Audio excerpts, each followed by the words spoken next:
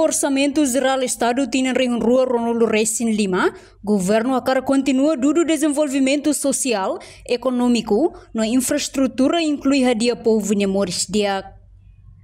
Primeiro-ministro Cairela Sanana Guzmão ia discurso, bem a apresentação proposta da lei, do Orçamento Geral Estado rua Ronaldo Recém Lima, quarta-feira ia Parlamento Nacional. Governo ia preparação do Orçamento Geral Estado batina rua Ronaldo Recém Lima, totina rua Ronaldo Recém Sia, atuna fatem do desenvolvimento social, econômico, nomos ia infraestrutura, onde apoia hadia nível moris povo niang.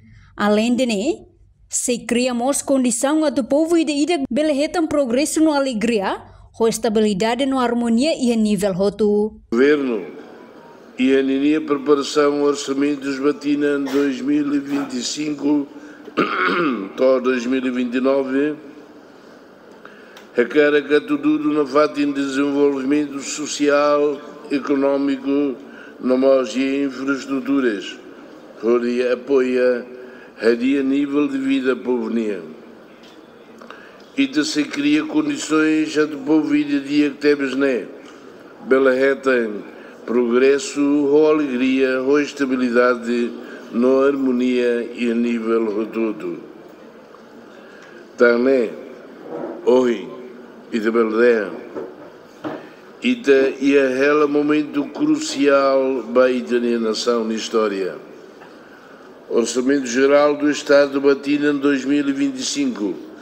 Na BR apresenta bem a botsira, lá hoje, a liberdade de números, onde há verbas oioin.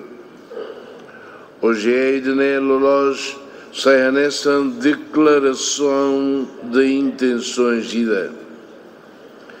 Visão de bebrana e para futuro, não matadalam concreto ida a doçor os desafios, não aproveita oportunidades.